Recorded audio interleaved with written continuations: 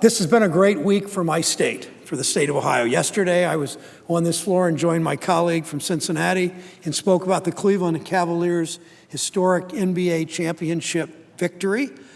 Cleveland had not had a winning sports team, winning meaning championship team, since I was 12 years old when Jim Brown ran for the Cleveland Browns. In those days, I expected the Cleveland Indians to win every year. They never did. The Cavaliers didn't even exist in 1964, so this was a particularly exciting week for the Cleveland Cavaliers and for my city of Cleveland. My wife joined literally 1 million people on the streets of Cleveland downtown to celebrate yesterday. This is in a county of 1.2 million, so either everybody that lived in the county was there or people from all over Northeast Ohio came to join them. This afternoon, the second thing great for my state this week, this afternoon, Transportation Secretary Anthony Foxx is in the capital, one of our other major cities, in Columbus, the largest city in the state now, in the Linden neighborhood in the sort of northeast side of town, to announce our city as winner of the Smart Cities Challenge. Secretary Foxx created this competition to define what it means to be a smart city in the 21st century. It was a challenge for our cities to integrate new technologies, from self-driving vehicles to electric vehicles to smart sensors, into this transportation network. Just as importantly, Secretary Foxx challenged applicants to think beyond adopting new technology for its own sake. Applicants were encouraged to offer a vision for how that new technology can make a difference for all Americans, connecting low-income neighborhoods to jobs, in opportunity to reduce congestion, to make streets safer for pedestrians and bicyclists and children, to get certainly to work, but to get to the doctor, to get to the grocery store, all things that a modern big city transportation system could be.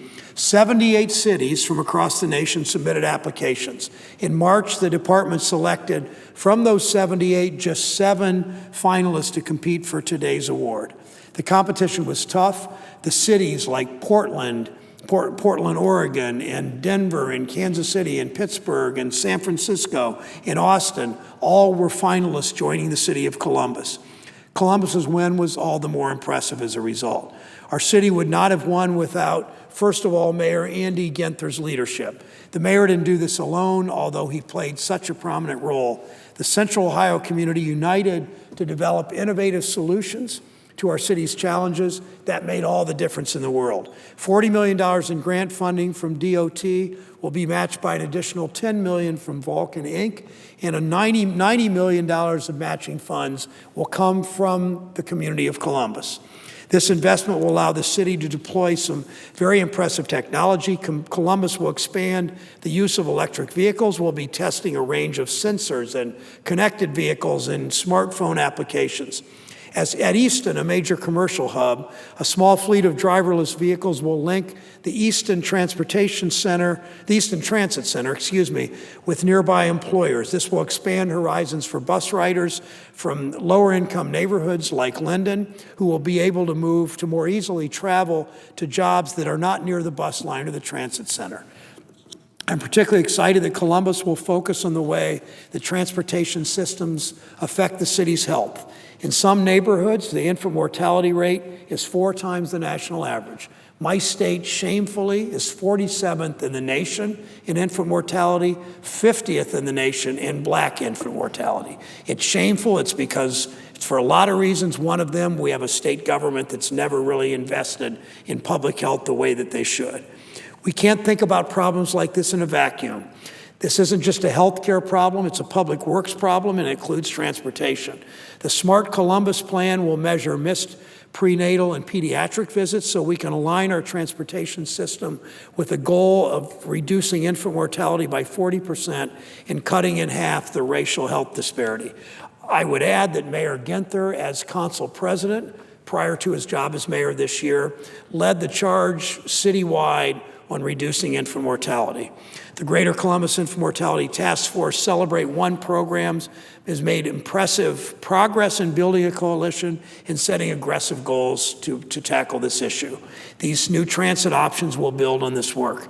It's what becoming a smart city should be about, expanding how we think about infrastructure and public works, harnessing technology to ensure a transportation system that benefits everyone, making it a truly public work.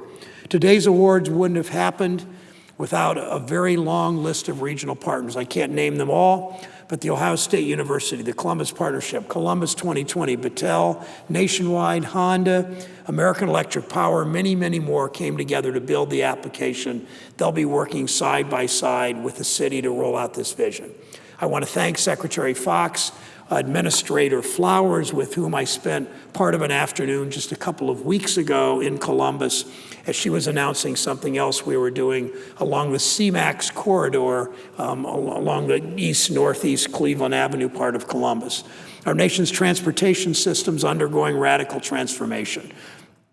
A decade from now, my children who live in Columbus, my grandchildren who live in Columbus, will travel in different ways than we do today. The Secretary's vision for this program is bold. I'm so excited for cities, for Columbus specifically, but I also know that other cities will see what the smart city of Columbus has done with this grant, with this new technology in transportation, and will work with Columbus and mimic Columbus and turn it into a success for our whole nation.